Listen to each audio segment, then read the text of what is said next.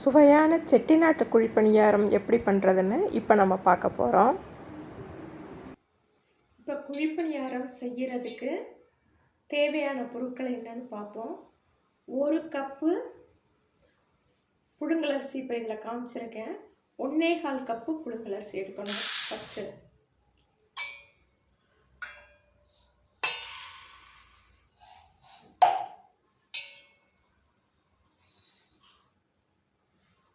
1.25 cup புழுங்கலரிசி எடுத்திருக்கேன். பச்சரிசி 1.25 cup.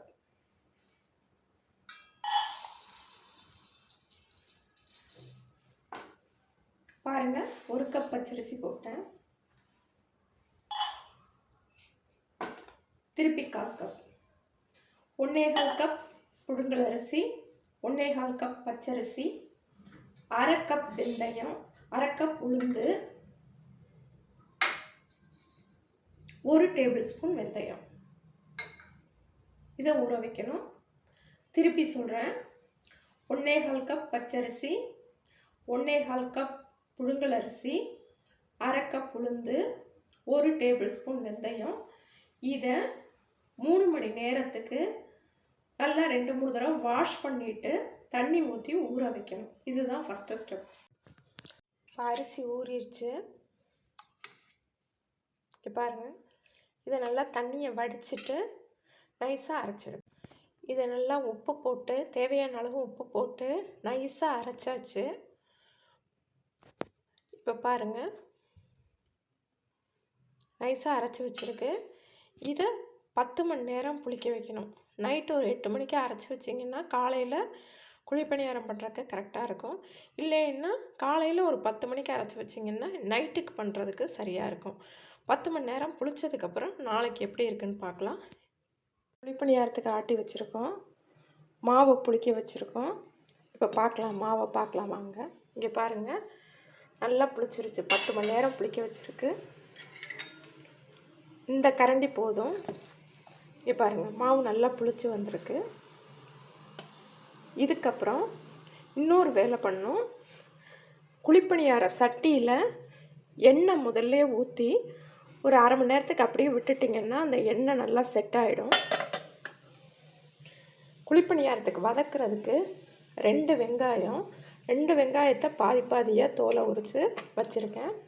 ஒரு பெரிய பச்சை மிளகா, கருவேப்பிலை, தாளிக்கு தேவையான அளவு எண்ணெய், கடுகு. நீங்கள் இஷ்டம் இருந்தால் உளுத்தம்பருப்பு, கடலைப்பருப்பு போடலாம். நான் போடலை. இனி இதெல்லாம் பொடியாக கட் பண்ணிவிட்டு வதக்கணும். நான் உங்களுக்கு கட் பண்ணிவிட்டு காமிக்கிறேன். இப்போ பொடியாக நறுக்கியாச்சு. வெங்காயத்தை பொடியாக நறுக்கிட்டேன். கருவேப்பிலை, பச்சை மிளகா பொடியாக நறுக்கியாச்சு. எண்ணெய், கடுகு இருக்குது. இப்போ நம்ம இதை வதக்கிற முறையை பார்ப்போம். இப்போ குழிப்பணியாரத்துக்கு வதக்கிடலாம். ஸ்டவ் ஆன் பண்ணுறேன். 1 டேபிள் ஸ்பூன் எண்ணெய் ஊற்றுறேன். எண்ணெய் சூடாகட்டும். எண்ணெய் சூடாயிருச்சு. இப்போ கடுகு போடலாம்.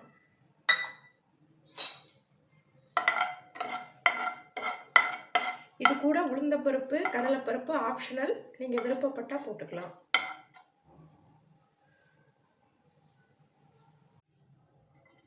கடுகு பொரியட்டும்.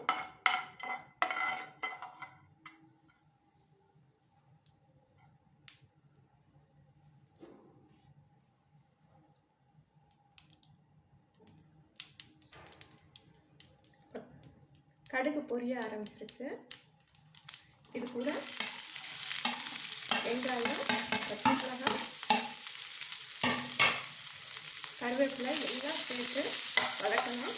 அடுப்பை சிம்மில் வச்சுக்கோங்க, ஏன்னா எண்ணெய் நல்லா சூடாக இருக்குது.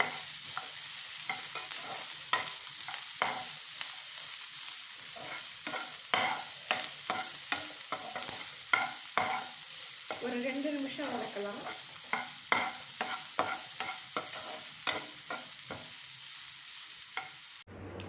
இப்போ வதங்கினதை எடுத்து குழிப்பணியார மாவில் கொட்டி நல்லா கலக்கி விட போகிறோம். அதுக்கு ஏற்கனவே நம்ம எண்ணெய் ஊற்றி வச்சுருக்கோம். பேனில் கொஞ்சம் போல் ஒவ்வொன்றிலையும் ஒரு 1/2 குழிக்கரண்டி எண்ணெய் எல்லாத்துலேயும் ஊற்றி வச்சுருக்கோம். இப்போ நான் அடுப்பு பற்ற வைக்க போகிறேன்.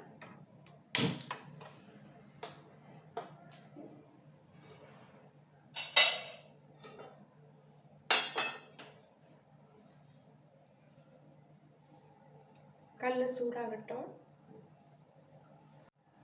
இப்போ கல் சூடாயிருச்சு.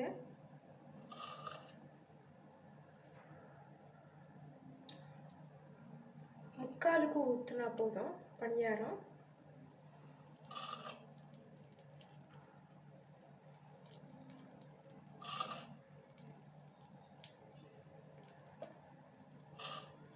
ஏற்கனவே எண்ணெய் இருக்குது, அதனால் எண்ணெய் எல்லாம் ஊற்ற வேண்டாம்.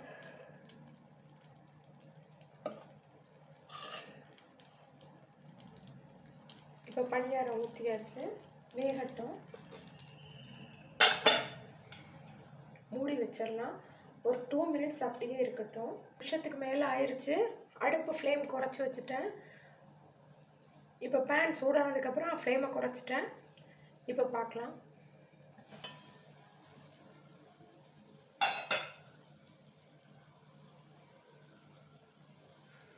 இந்த குழிப்பணியாரம் எடுக்கிறதுக்கு இங்கே பார்த்தீங்களா, இந்த மாதிரி கடைகளில் கிடைக்கும் கருதுன்னு. இது வாங்கி வச்சுக்கோங்க, அப்போ தான் குழிப்பணியாரம் எடுக்கிறதுக்கு ஈஸியாக இருக்கும்.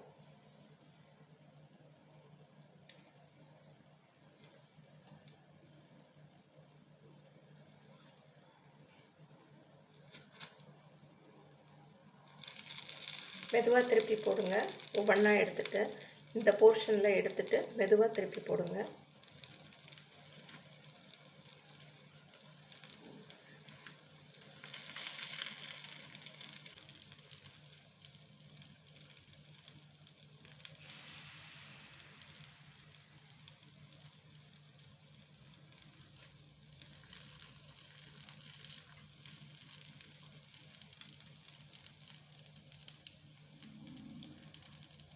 திருப்பி போட்டாச்சு.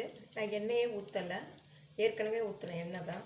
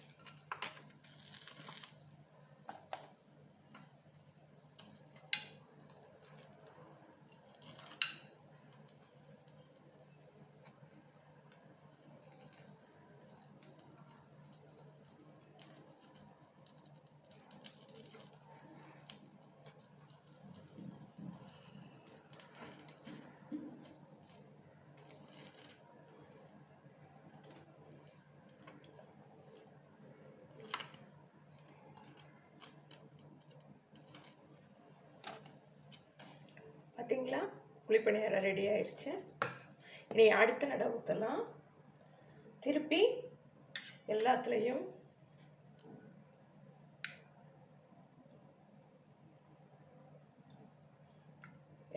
ஒரு 3/4 ஸ்பூன் எண்ணெய் ஊற்றுறேன்.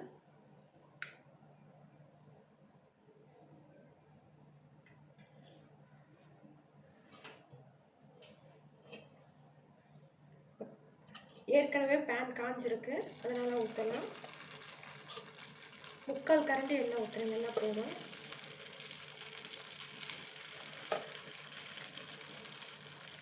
முக்கால் கரண்டி மாவு பாருங்கள், மாவும் 3/4 கரண்டி தான் ஊற்றுறேன், ஃபுல்லாக ஊற்றுறேன்.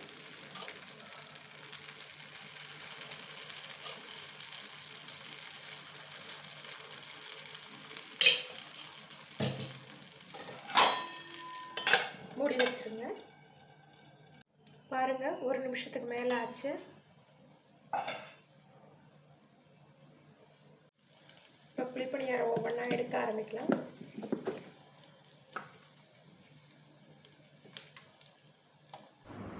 குழிப்பணியாரம் சர்வ் பண்ண ரெடி ஆயிடுச்சு.